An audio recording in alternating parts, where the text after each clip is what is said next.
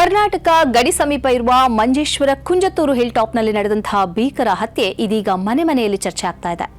ಉಮರ್ ಫಾರೂಕ್ ಎಂಬ ತಂದೆ ತನ್ನ ಮಗಳು ಮರಿಯಂ ಜುಮೇಲಾ ಎಂಬುವಳನ್ನ ಹತ್ಯೆ ಮಾಡಿದ್ದಾನೆ. ದ್ವಿತೀಯ ಪಿಯುಸಿಯಲ್ಲಿ ಓದುತ್ತಿರುವ ಈಕೆ ಈತನ ಏಕೈಕ ಮಗಳು. ಆತ ಹತ್ಯೆ ಮಾಡಿದ್ದಾನೆ ಅಂತ ಹೇಳುವುದಕ್ಕಿಂತಲೂ ಆತನ ಒಳಗಡೆ ಇದ್ದ ಡ್ರಗ್ಸ್ನ ಅಮಲು ತನ್ನ ಮಗಳನ್ನ ಹತ್ಯೆ ಮಾಡುವಷ್ಟು ಭಯಾನಕವಾಗಿ ವರ್ತಿಸಿತು ಅಂತಾನೆ ಹೇಳ್ಬೋದು. ಆಸ್ತಿ ವಿಚಾರವಾಗಿ ಉಮರ್ ಫಾರೂಕ್ಗೆ ಪತ್ನಿಯ ಸಹೋದರಿಯ ಪತಿಯ ಜೊತೆ ವೈಮನಸ್ಯ ಇತ್ತು ಎಂದು ಹೇಳಲಾಗ್ತಿದೆ. ಇದೇ ವಿಚಾರವಾಗಿ ಆಗಾಗ ಈ ಕುಟುಂಬದ ನಡುವೆ ಜಗಳ ನಡೆಯುತ್ತಿತ್ತಂತೆ.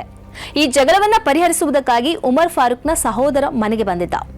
ಪತ್ನಿಯ ಸಹೋದರಿಯ ಪತಿ ಶೇಖುನ್ನಿ ಮತ್ತು ಉಮರ್ ಫಾರೂಕ್ ನಡುವೆ ಸಂಧಾನ ನಡೀತಾ ಇದ್ದಾಗ ಇಬ್ಬರ ನಡುವೆ ಜಗಳ ನಡೆದಿದೆ ಎಂದು ಹೇಳಲಾಗ್ತಾ ಇದೆ. ಆಸ್ತಿಯ ಡಾಕ್ಯುಮೆಂಟ್ ತಂದು ಅದರ ಬಗ್ಗೆ ಚರ್ಚೆ ನಡೀತಾ ಇತ್ತು. ಮಾತುಕತೆಯ ನಡುವೆ ಈತ ಏಕಾಏಕಿ ಕತ್ತಿ ಬೀಸಿದ್ದಾನೆ. ಅದು ಶೇಖುನಿ ಕಾಲಿಗೆ ಬಿದ್ದಿದೆ ಮತ್ತು ಅವರು ಪ್ರಜ್ಞೆ ತಪ್ಪಿ ಬಿದ್ದಿದ್ದಾರೆ. ಈ ಸಂದರ್ಭದಲ್ಲಿ ತಡೆಯಲು ಬಂದಂತಹ ಮಗಳ ಮೇಲೂ ಕತ್ತಿಯ ಏಟು ಬಿದ್ದಿದೆ. ಗಂಭೀರ ಸ್ಥಿತಿಯಲ್ಲಿ ಇಬ್ಬರನ್ನು ಆಸ್ಪತ್ರೆಗೆ ಸಾಗಿಸಲಾಯಿತಾದರೂ ಮಗಳು ಅಲ್ಲಿಯೇ ಮೃತಪಟ್ಟಿದ್ದು, ಇದೀಗ ಶೇಖುನಿ ಕೂಡ ಕೊನೆಯುಸಿರನ್ನ ಎಳೆದಿದ್ದಾರೆ. ಹಾಗಂತ ಈ ಉಮರ್ ಫಾರೂಕ್ ಸಾಮಾನ್ಯನಲ್ಲ. 3-4 ತಿಂಗಳ ಹಿಂದೆ ದುಬೈಯಿಂದ ಊರಿಗೆ ಬಂದಿದ್ದ. 7 ವರ್ಷಗಳ ಕಾಲ ದುಬೈಯಲ್ಲಿದ್ದ. ಡ್ರಗ್ಸ್ನ ಕಾರಣಕ್ಕಾಗಿ ಅಲ್ಲೂ ಜೈಲು ವಾಸ ಅನುಭವಿಸಿದ್ದ. ಕರ್ನಾಟಕ ಪೊಲೀಸರಿಂದಲೂ ಈತ ಬಂಧನಕ್ಕೆ ಒಳಗಾಗಿ ಜೈಲಿನಲ್ಲಿದ್ದ ಅಂತ ಹೇಳಲಾಗ್ತಿದೆ. ಈತ ಡ್ರಗ್ಸ್ ಎಡಿಕ್ಟ್ ಆಗಿದ್ದ ಎಂದು ಸ್ಥಳೀಯರು ಹೇಳ್ತಾರೆ. ಈ ಹಿನ್ನೆಲೆಯಲ್ಲಿ ಈತನ ಮದುವೆಯನ್ನ ವಿಚ್ಛೇದನದಲ್ಲಿ ಕೊನೆಗೊಳಿಸಲು ಕುಟುಂಬದವರು ನಿರ್ಧರಿಸಿದ್ದರು ಅಂತಾನೂ ಹೇಳಲಾಗ್ತಿದೆ.